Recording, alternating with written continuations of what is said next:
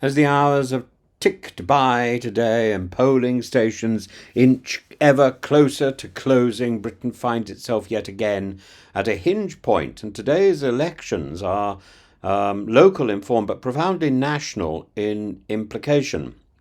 For the few earnest souls voting out of devotion to pothole politics and bin collection schedules, these elections are about local governance. For everyone else, they are an opportunity to express simmering frustration, disillusion, or tepid support for the broader political direction of the nation. So, stating the obvious, these are not general elections, and their results are not predictive of a national outcome in 2029, but they are diagnostic. This isn't a political stress test, a cardiac monitor for Westminster. What is it? I just have one of those things. Is it a tomography? A tomography. But the patterns that emerge will not tell us where the country is going, but they may very well tell us what it's rejecting, what it's not doing. We're now in a fragmented electoral landscape. Once, British politics were a staple choice between left and right.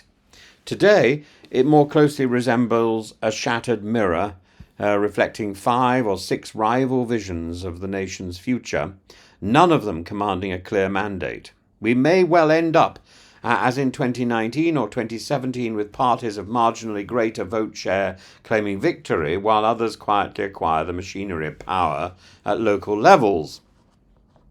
This is about the first past the post system. They're braced for heavy losses, they should be, the Conservative Party. They swept these same seats in 2021 while under Boris Johnson, who was riding high on vaccine bounce and Brexit afterglow, and presumably getting terribly excited on the sofa. But that moment is gone. Now the party is mired in internal division and under existential threat from Kemi Badenoch and Reform UK and a restless electorate that associates the Conservatives with economic decline and state dysfunction. Yet it's worth noting, they may still outperform expectations, not because they are loved, but because the first past the post rewards concentrated, not widespread support. In councils where the right is fragmented, the Tories may still scrape by, if only because Reform and Badenoch's Conservatives split the insurgent vote. Here lies an uncomfortable truth for Starmer. Winning last summer's general election on the basis of not being the Tories does not mean the country is won. Labour is the government now, and early signs suggest a chunk of its support was more anti-incumbent than ideologically loyal, and that will show through today. Today, I'm fully expecting the Conservatives to do really badly. I don't know whether I'm expecting Labour to do badly, but it could.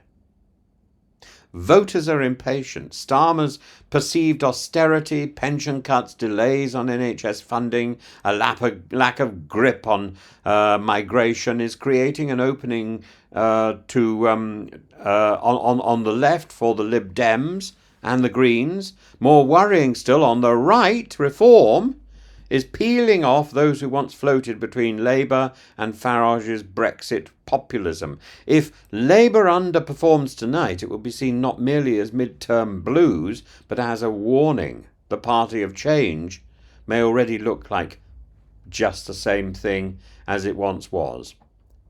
Labour isn't changing anything at all, except putting VAT on schools and getting rid of pensions and getting rid of pensioners' special allowance for fuel.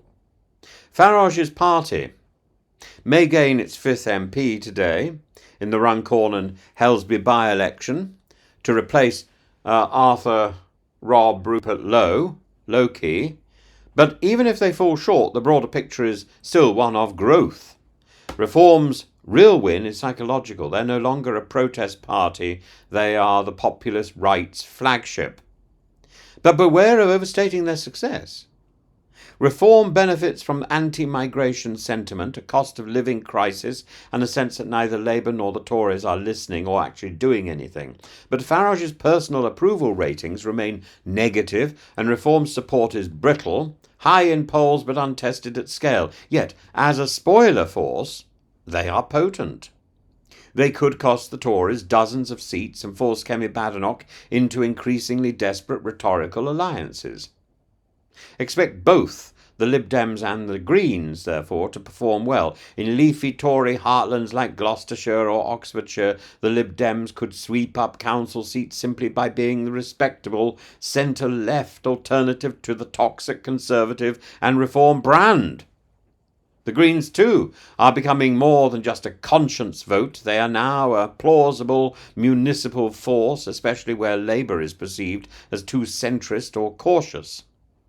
Together, these two parties are quietly defining what we might once have called the progressive bloc. The question is whether they continue to act tactically, supporting each other in key seats, or whether tribalism returns, particularly now that Labour is in government. Low turnout is a given in local elections, but today may be an exception. With sunny skies and hot temperatures, we might see a surprise uptick. That tends to benefit change-oriented parties, Reform, the Lib Dems, Greens, more than incumbents. So, as we await results tonight and tomorrow, don't fixate on who wins. Focus instead on the direction of travel. Are voters punishing the Tories more than they're rewarding Labour? Is Reform overtaking the Conservatives on the right? Are the Greens and Lib Dems becoming semi-permanent fixtures in England's patchwork politics? This is not an election that will determine who governs the country, but it is one that will determine how it is governed in the years to come. Because power, real power, is increasingly local, fragmented, and contingent. And for Starmer, Badenoch, and Farage alike, the results may serve not as a confirmation, but as a reckoning. And frankly, from my point of view, it's long overdue.